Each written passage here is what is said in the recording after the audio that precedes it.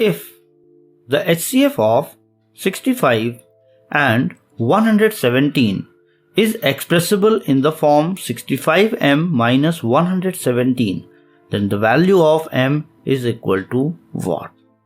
Looking at the question, we know that the given numbers are 65 and 117, and we have to find the HCF of these two numbers. After which, we have to put it equal to 65m minus 117 and then find the value of m.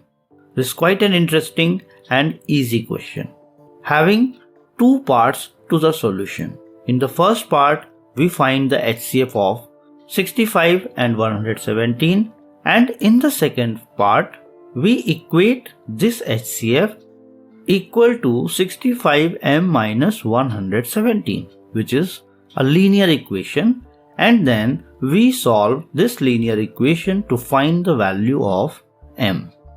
So let's do this.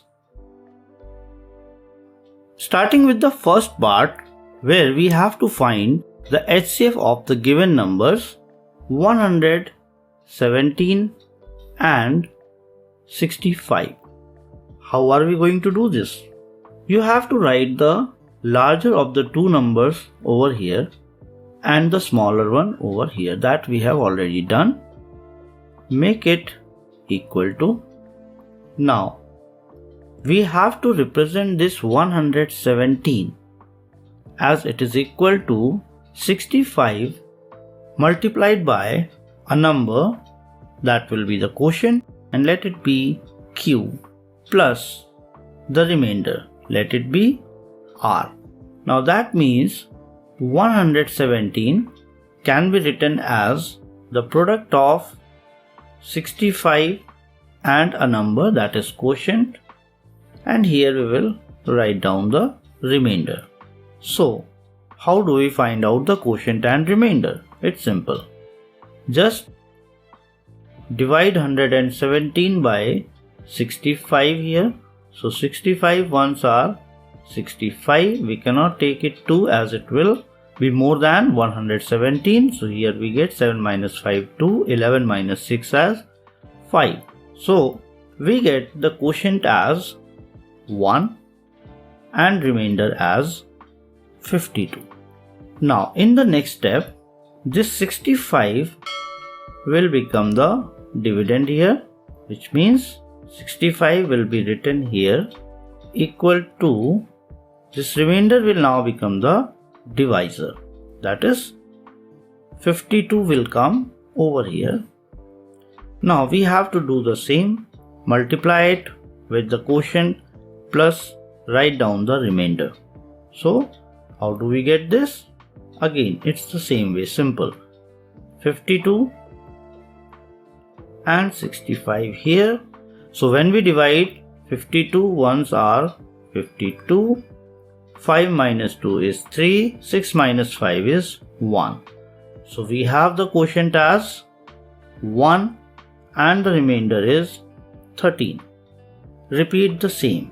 That means this 52 will become the dividend, move over here, that becomes 52 is equal to this 13 will come here, that is like this, and we have to do the same, multiply it with quotient plus find out the remainder and write it here. Now how are we going to do this? Again, it's simple, just divide 52 by 13. So 13, you see, 4 times we get 52 and the remainder is 0. So here we get 4 and the remainder is 0. Now this is the end of the process and we got the result. What is the result? 13. The last divisor, when you get the remainder as 0, is your required HCF. And that is how we find the HCF of two given numbers using Euclid's division algorithm to obtain the HCF of two positive integers. If we generalize this method, or if we generalize this Euclid's division algorithm to understand what we are doing and the way it can be applied to similar other questions, it can be done very easily using the same rules and same procedure that we have done here. We have the dividend here, which is the greater of the two given numbers. Then we have the divisor here, which is the smaller of the two given numbers, multiplied by the quotient plus remainder. So first step, you have to write the given numbers in this format. Dividend is equal to divisor into quotient plus remainder. And then in the next step, this divisor will become the dividend, the same that we had here. And this remainder will become the new divisor, that is like this. And then we will have the new quotient and new remainder. Now this will become a loop.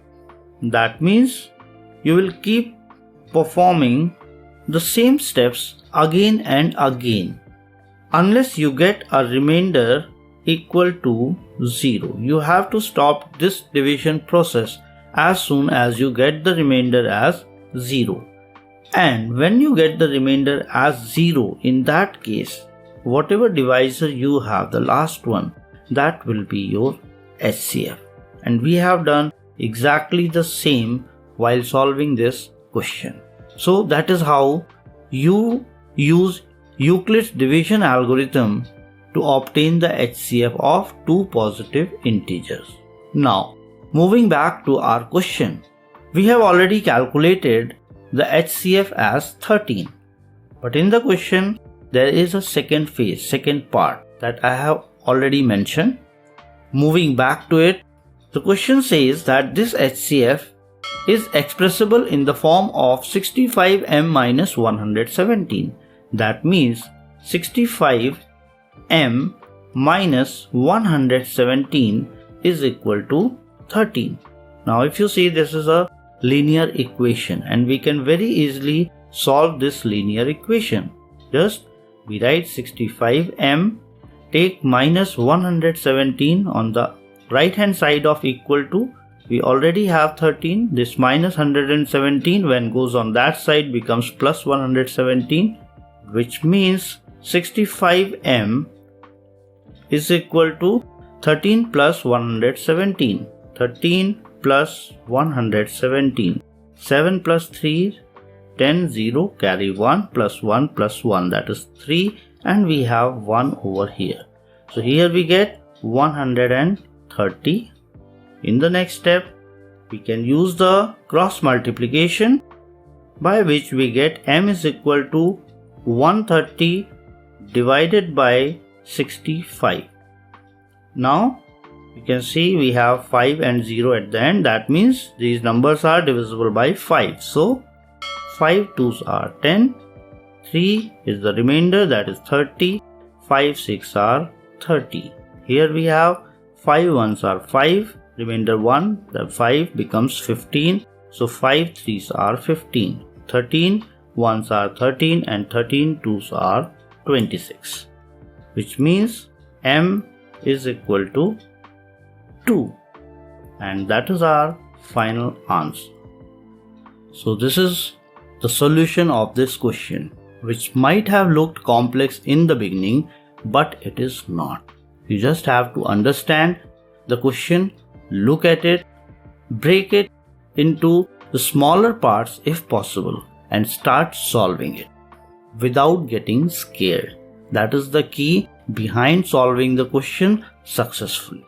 And if you do that, believe me, study mere, not anymore.